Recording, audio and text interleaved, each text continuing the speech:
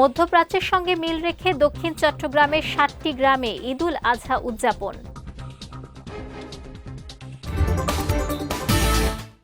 এবং মিরসরাইয়ে অস্ত্রসহ ডাকাত দলের ৩ সদস্যকে গ্রেফতার।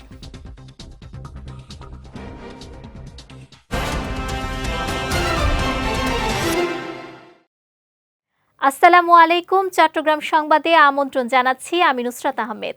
শুনছিলেন শিরোনাম, এবারে বিস্তারিত। মধ্যপ্রাচ্য সহ মুসলিম বিশ্বের সঙ্গে মিল রেখে চট্টগ্রামের চন্দনাইশ সহ দক্ষিণ চট্টগ্রামের প্রায় ৬০টি গ্রামে পবিত্র ঈদুল আজহা উদযাপিত হয়েছে। এছাড়া জাহাঙ্গীরিয়া শাহ সুফি মমতাজিয়া দরবার ও সাতকানিয়ার মির্জা খিল দরবার শরীফের অনুসারীরাও এদিন ঈদ পালন করেন। সকাল ৮টায় চন্দনাইশের জাহাঙ্গীরিয়া শাহ সুফি মমতাজিয়া দরবার শরীফে ঈদের জামাত অনুষ্ঠিত হয়। এতে ইমামতি করেন দরবারের পীরজাদা সৈয়দ মাওলানা মোহাম্মদ আলী। নামাজ শেষে মুসল্লিরা পার্শ্ববর্তী কবরস্থানে গিয়ে স্বজনদের কবর জিয়ারত করেন। পরে আল্লাহ সন্তুষ্টির উদ্দেশ্যে পশু কোরবানি দেয়া হয়। চট্টগ্রামের মিরসরাই উপজেলায় যৌথ অভিযান চালিয়ে মোহাম্মদ নূর নবী প্রকাশ রাসেল সহ ডাকাত দলের ৩ সক্রিয় সদস্যকে গ্রেফতার করেছে পুলিশ। গতরাতে এক সংবাদ বিজ্ঞপ্তিতে তথ্যটি জানিয়েছেন জোরারগঞ্জ থানার ভারপ্রাপ্ত কর্মকর্তা মোহাম্মদ আব্দুল হালিম।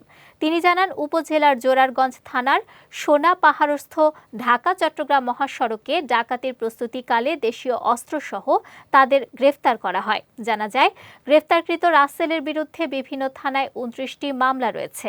গ্রেফতারকৃতদের মঙ্গলবার সকালে চট্টগ্রাম আদালতের মাধ্যমে কারাগারে পাঠানো হয়েছে। আসন্ন পবিত্র ঈদুল আজহা উপলক্ষে চট্টগ্রামের সার্বিক আইন শৃঙ্খলা পরিস্থিতি নিয়ন্ত্রণে নিরাপত্তা কার্যক্রম জোরদার করেছে র্যাব। এ উপলক্ষে আজ চট্টগ্রামের সাগরিকা কোরবানির পশুর হাট সহ বিভিন্ন পশুর হাট এবং কেন্দ্রীয় ঈদগাহ ময়দান পরিদর্শন করেন র্যাব ৭-এর সিপিসি ৩-এর company commander lieutenant commander Mohammad Tawhidul Islam. পরিদর্শনকালে তিনি জানান, ঈদকে কেন্দ্র করে পশুর হাট এলাকায় ছিনতাই, জাল টাকা লেনদেন, চাঁদাবাজি, অজ্ঞান ও মলম পার্টির তৎপরতা ঠেকাতে সাদা পোশাকে গোয়েন্দা নজরদারি সহ পর্যাপ্ত সংখ্যক র্যাব সদস্য মোতায়েন করা হয়েছে। পাশাপাশি গুরুত্বপূর্ণ এলাকায় বিশেষ চেকপোস্ট ও টহল কার্যক্রমও জোরদার করা হয়েছে। এ সময় সাধারণ মানুষকে সতর্কতার সঙ্গে লেনদেন সম্পন্ন করা এবং সন্দেহজনক কোনো কার্যকলাপ দেখলে দ্রুত আইন শৃঙ্খলা বাহিনীকে জানানোর আহ্বান জানান র্যাবের এ কর্মকর্তা। কক্সবাজারের কুতুবদিয়ায় ট্রাকের ধাক্কায় এক শিশুর মৃত্যু হয়েছে। গতকাল উপজেলার দরবার রাস্তা এলাকায় এ দুর্ঘটনা ঘটে। নিহত শিশু উপজেলার দক্ষিণ ধুরুং ইউনিয়নের শিকদার পাড়ার ৬ নম্বর ওয়ার্ডের মৃত নাসির উদ্দিনের ছেলে। প্রত্যক্ষদর্শীরা জানায়, রাস্তায় সাইকেল চালানোর সময় বিপরীত দিক থেকে আসা একটি ট্রাক তার সাইকেলে ধাক্কা দেয়। এতে সে গুরুতর আহত হয়। পরে স্থানীয়রা তাকে উদ্ধার করে উপজেলা স্বাস্থ্য কমপ্লেক্সে নিলে চিকিৎসক মৃত ঘোষণা করেন।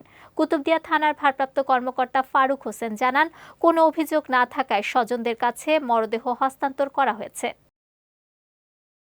বোয়ালখালীতে হঠাৎ ঘূর্ণি বাতাসে উপজেলার বিভিন্ন স্থানে গাছপালা ভেঙে পড়ে নারী শিশুসহ অন্তত ৯ জন আহত হয়েছেন। এছাড়া বিভিন্ন সড়কে গাছ ও ডাল পড়ে ক্ষতিগ্রস্ত হয়েছে যানবাহন। ছিঁড়ে গেছে বৈদ্যুতিক সঞ্চালন তার। সকালে হঠাৎ আসা ঘূর্ণি বাতাসে এসব ঘটনা ঘটেছে। উপজেলা স্বাস্থ্য কমপ্লেক্সের জরুরি বিভাগের চিকিৎসক ডাক্তার কান্তা অধিকারী জানান, ঘূর্ণি বাতাসে গাছের ডালপালা পড়ে আহত ৯ জন জরুরি বিভাগে চিকিৎসা নিয়েছেন। এদের মধ্যে আবু তৈয়ব, আবু সৈয়দ, রিয়া ও মোহাম্মদ আশরাফকে উন্নত চিকিৎসার জন্য চট্টগ্রাম মেডিকেল কলেজ হাসপাতালে পাঠানো হয়েছে। জলবায়ু পরিবর্তনের ফলে বৃদ্ধি পাওয়া উষ্ণতায় বেড়েছে বজ্রপাত। ফলে দেশে বড় হচ্ছে মৃত্যুর মিছিল। খোলা মাঠে কাজ করা মানুষই বেশি ঝুঁকিতে বজ্রপাতে আক্রান্ত হওয়ার।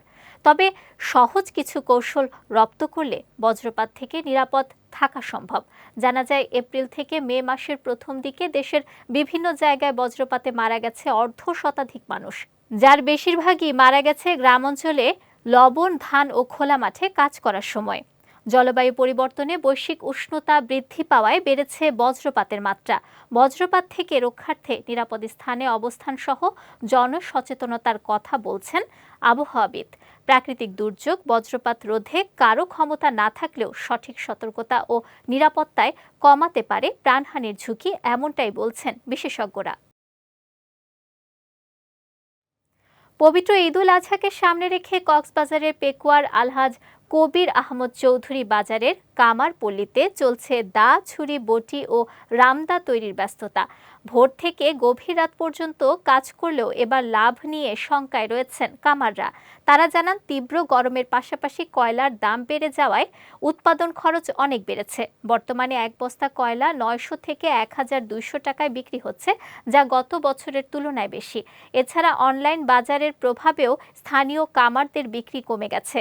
ফলে পুরনো দা, ছুরি ধার দেওয়ার কাজ কিছুটা বাড়লেও নতুন পণ্যের বিক্রি আশানুরূপ নয়। তাই দেশীয় কামার শিল্প টিকিয়ে রাখতে সরকারি সহায়তার দাবি জানিয়েছেন সংশ্লিষ্ট ব্যবসায়ীরা। চট্টগ্রামের মিরসরাইয়ে অবৈধ বালু উত্তোলনের বিরুদ্ধে অভিযান চালিয়েছে উপজেলা প্রশাসন। মঙ্গলবার সহকারী কমিশনার ও নির্বাহী ম্যাজিস্ট্রেট আলাউদ্দিন কাদেরের নেতৃত্বে সকাল 11টা হতে বিকেল 3টা পর্যন্ত মিরসরাই উপজেলার করেরহাট ইউনিয়নের ফেনী নদী সংলগ্ন মোল্লারঘাট, হাবিলদার বাসা, পূর্ব অলিনগর, লিচুতলা বাজার, মিরু মেম্বারের বাড়ি, পূর্ব অলিনগর এলাকায় অবৈধভাবে ফেনী নদী হতে বালু উত্তোলন বন্ধে অভিযান পরিচালনা করা হয়। এ সময় অভিযান চালিয়ে নদী হতে বালু উত্তোলনের জন্য বিভিন্ন পয়েন্টে স্থাপিত 9টি শ্যালো মেশিন ও প্রায় 700 ফিট পাইপ বিনষ্ট করা হয়। এছাড়া মেশিন বসানোর প্লুটন, পাইপ, ভাসমান ড্রাম, অন্যান্য অবকাঠামো অপসারণ করা হয়েছে। অভিযানে জোরারগঞ্জ থানা পুলিশ ও করেরহাট ইউনিয়ন সহকারী কর্মকর্তারা সহায়তা করেন। চট্টগ্রামে মোহাম্মদ এহসানুল হকের বিরুদ্ধে ডাবল মুরিং মডেল থানা কর্তৃক দায়েরকৃত কথিত মিথ্যা ও হয়রানিমূলক মামলা প্রত্যাহারের দাবিতে সংবাদ সম্মেলন করেছেন ভুক্তভোগী পরিবার। মঙ্গলবার বিকেলে চট্টগ্রামের টাইগার পাস এলাকার একটি রেস্টুরেন্টে এ সংবাদ সম্মেলনের আয়োজন করা হয়। সংবাদ সম্মেলনে লিখিত বক্তব্য পাঠ করেন ভুক্তভোগীর স্ত্রী ডলি আক্তার। তিনি অভিযোগ করেন, তার স্বামী মোহাম্মদ এহসান একজন ধর্মপ্রাণ, সমাজ সচেতন ও নিরীহ ব্যক্তি। একটি প্রভাবশালী মহল পরিকল্পিতভাবে ডবল মুরিং মডেল থানাকে প্রভাবিত করে তার স্বামীর বিরুদ্ধে নারী ও শিশু নির্যাতন দমন আইনে একটি মিথ্যা ও সাজানো মামলা দায়ের করেছে। সংবাদ সম্মেলনে ভুক্তভোগী পরিবার প্রধানমন্ত্রী, স্বরাষ্ট্রমন্ত্রী, আইজিপি ও সিএমপি কমিশনারের হস্তক্ষেপ কামনা করে ঘটনার সুষ্ঠু ও নিরপেক্ষ তদন্তের দাবি জানান। একই সঙ্গে মোহাম্মদ এহসানের বিরুদ্ধে দায়েরকৃত মামলা প্রত্যাহার এবং হামলার ঘটনায় জড়িতদের দ্রুত আইনের আওতায় আনার আহ্বান জানান তারা। চট্টগ্রামের লোহাগাড়ায় আদালতের নিষেধাজ্ঞা অমান্য করে পৈতৃক সম্পত্তি জোরপূর্বক জবরদখল ও প্রাণনাশের হুমকির অভিযোগ এনে প্রতিপক্ষের বিরুদ্ধে সংবাদ সম্মেলন করেছেন এক ভুক্তভোগী পরিবার। গতকাল রাতে উপজেলার একটি রেস্টুরেন্টের হলরুমে অনুষ্ঠিত সংবাদ সম্মেলনে লিখিত বক্তব্য পাঠ করেন প্রবাসী আমিরুল ইসলাম। লিখিত বক্তব্যে তিনি বলেন, প্রতিপক্ষরা তাদের অর্ধ শতাধিক ওয়ারিশের মধ্যে মাত্র 2-3 জনের কাছ থেকে পুকুরের অংশ কেনেন, কিন্তু এই কেনা সূত্র ধরে তারা আমার পুরো সম্পত্তির জোরপূর্বক জবরদখল করার চেষ্টা চালিয়ে যাচ্ছে। লিখিত বক্তব্যে তিনি আরও বলেন, জমি দখলের বিরুদ্ধে গত 10 মে অতিরিক্ত জেলা ম্যাজিস্ট্রেট আদালত এবং 13 মে সাতকানিয়া দায়রা জজ আদালত থেকে 2টি নিষেধাজ্ঞা নিয়ে আসেন, কিন্তু আদালতের নিষেধাজ্ঞা জারির পর প্রতিপক্ষরা আরও ক্ষিপ্ত হয়ে ওঠে এবং রাতারাতি নির্মাণ কাজ চালিয়ে যাওয়ার চেষ্টা করে। এমন পরিস্থিতিতে পৈতৃক সম্পত্তি রক্ষা এবং পরিবারের জানমালের নিরাপত্তা নিশ্চিত করতে প্রধানমন্ত্রী, স্থানীয় সংসদ সহ সংশ্লিষ্ট প্রশাসনের জরুরি হস্তক্ষেপ ও সুদৃষ্টি কামনা করেন এই ভুক্তভোগী। পবিত্র ঈদুল আজহাকে সামনে রেখে চট্টগ্রামের সাতকানিয়া উপজেলার পশুর হাটগুলোতে জমে উঠেছে শেষ মুহূর্তের পশু বেচাকেনা। গতকাল উপজেলার দেওয়ানহাট, জোটপুকুরিয়া ও চমদের পাড়াসহ বিভিন্ন পশুর হাট ঘুরে ক্রেতা বিক্রেতাদের উপচে পড়া ভিড় দেখা গেছে।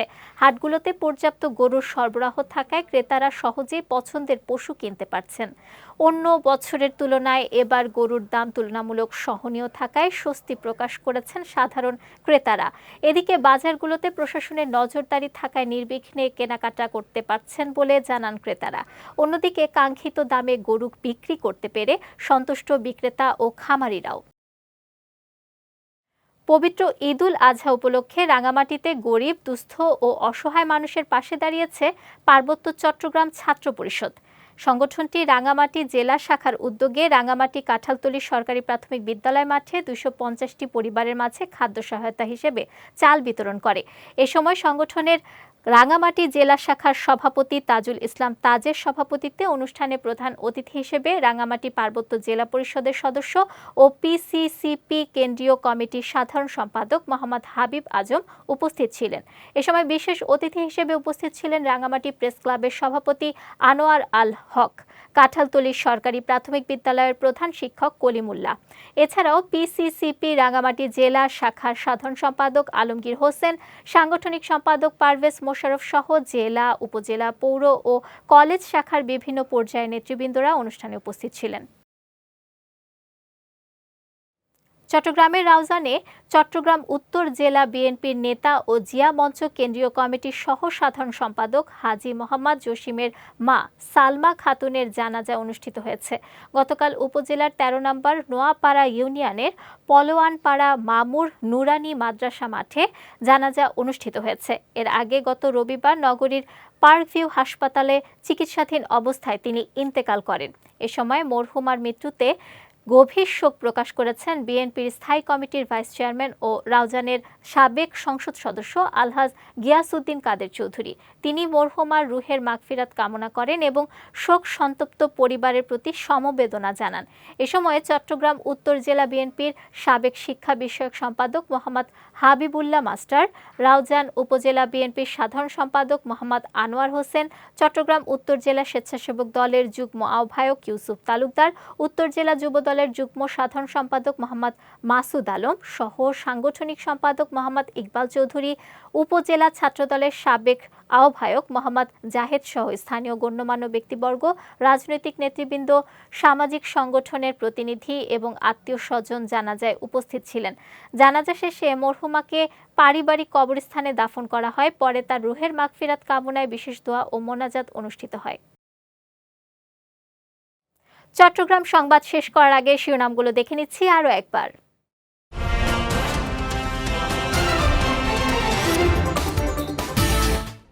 মধ্যপ্রাচ্যের সঙ্গে মিল রেখে দক্ষিণ চট্টগ্রামের ৭টি গ্রামে ঈদুল আজহা উদযাপন।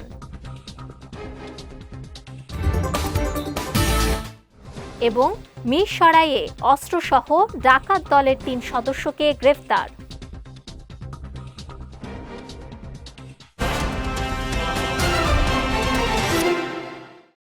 চট্টগ্রাম সংবাদ শেষে আজকের মতো আমি নুসরাত আহমেদ আপনাদের কাছ থেকে বিদায় নিচ্ছি। রাত ৯টায় আমাদের পরবর্তী বিজয় রাতের সংবাদ দেখার আমন্ত্রণ রইল। এছাড়াও আজকের চট্টগ্রাম সংবাদের ভিডিও দেখতে পারেন আমাদের ইউটিউব এবং ফেসবুক পেজে। আমাদের ইউটিউব হলো youtube.com/bijaytvofficial এবং আমাদের ফেসবুক পেজ হলো facebook.com/bijaytvlimited। এতক্ষণ সঙ্গে থাকার জন্য ধন্যবাদ সবাইকে।